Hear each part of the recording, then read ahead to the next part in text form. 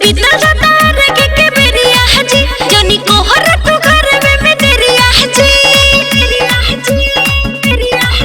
देब्रू बीता जाता रगे के बेरिया जी जनी कोहर तू घर में तेरिया जी ऐसे हंस नहीं हमरा तू बात हाथ चाहे माथ पा दौड़ल चला घाट पा